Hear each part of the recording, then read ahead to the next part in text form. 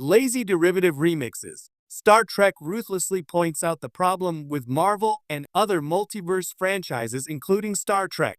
Star Trek has never been shy about holding up a mirror to society, even when that society happens to be its own franchise. Over the decades, it's tackled politics, morality, technology, and even the very mechanics of storytelling itself. But in recent years, as the entertainment industry leans hard into the multiverse trend, most notably Marvel, DC, and even Star Trek, there's been a growing unease about whether infinite universes are truly a creative playground or just a crutch.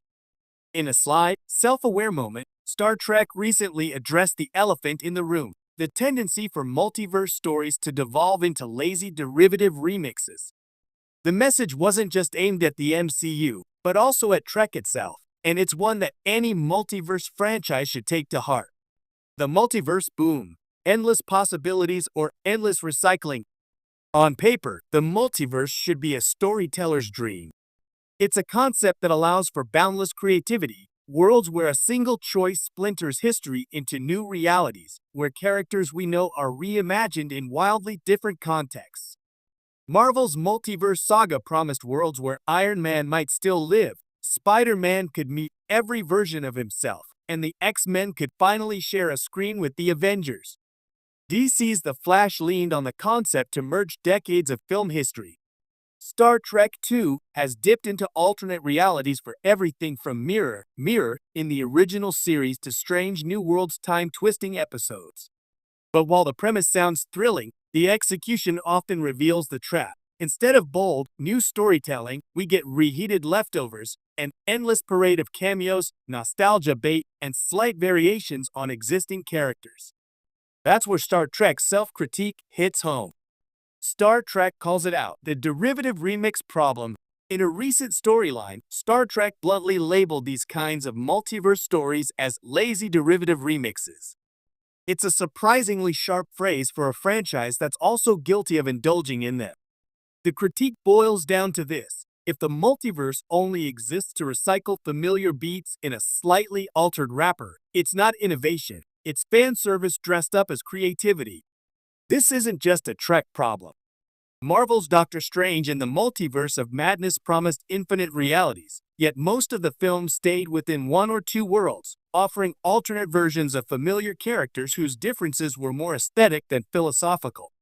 The What If animated series often fell into the same trap, changing costumes or allegiances rather than genuinely exploring how an altered decision might reshape a character's morality or worldview. Star Trek has been guilty of this too.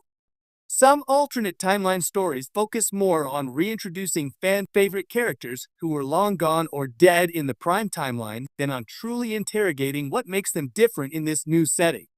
It's entertaining, sure, but is it art or just comfort food? Why we keep falling for it? There's a reason studios lean on the remix model. It works. Nostalgia is a potent marketing tool, and the multiverse provides a perfect excuse to resurrect old characters, bring back actors from different eras, and mash together fan-favorite moments.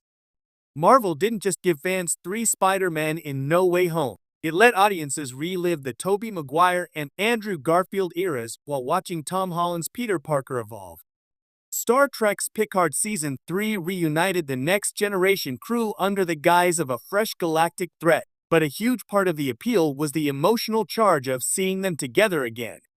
There's nothing inherently wrong with that. Audiences love a good reunion or a clever callback. The problem comes when that becomes the sole purpose of the story. A multiverse tale without strong thematic depth can quickly feel like flipping through a greatest hits album with a few bonus tracks tacked on. Star Trek's history with alternate realities, the good, the bad, and the gimmicky. One of the reasons Star Trek's jab at lazy multiverse storytelling feels so potent is that the franchise has been doing alternate reality tales for nearly 6 decades.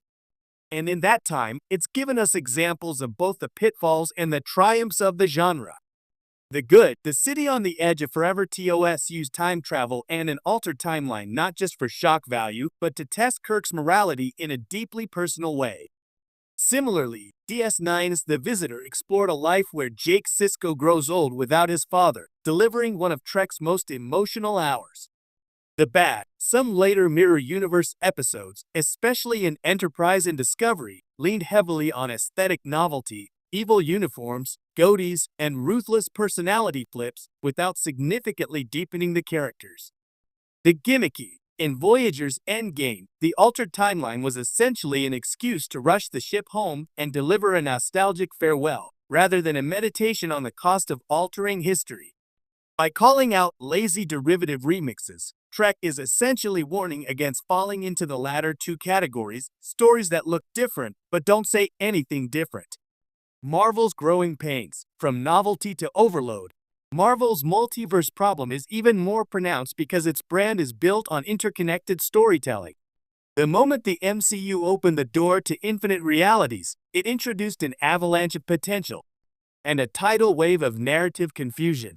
The novelty of seeing multiple Lokis in Loki Season 1 or the Illuminati in Multiverse of Madness wore off quickly when audiences realized these versions were disposable, created for a scene, killed off for shock, and never revisited. That's the epitome of a remix. Familiar elements arranged in a slightly new order, with no lasting consequences.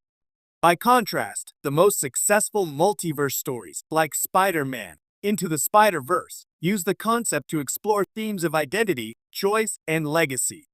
Every alternate version of the hero illuminates something about the others, and the story's emotional center remains clear.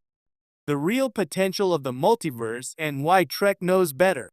Here's where Star Trek's long experience gives it an edge. It knows that alternate realities are most powerful when they challenge a character's core beliefs, not when they simply tweak their outfit or team alignment. Imagine a multiverse episode where Captain Picard meets a version of himself who never left the Stargazer, or who joined Section 31. The focus wouldn't be on cool Picard with a phaser rifle, but on how those different paths shaped his moral code. Similarly, a Marvel story could explore what it means for Steve Rogers to live in a world where America lost World War II, not just as a plot device, but as a profound exploration of his identity as Captain America.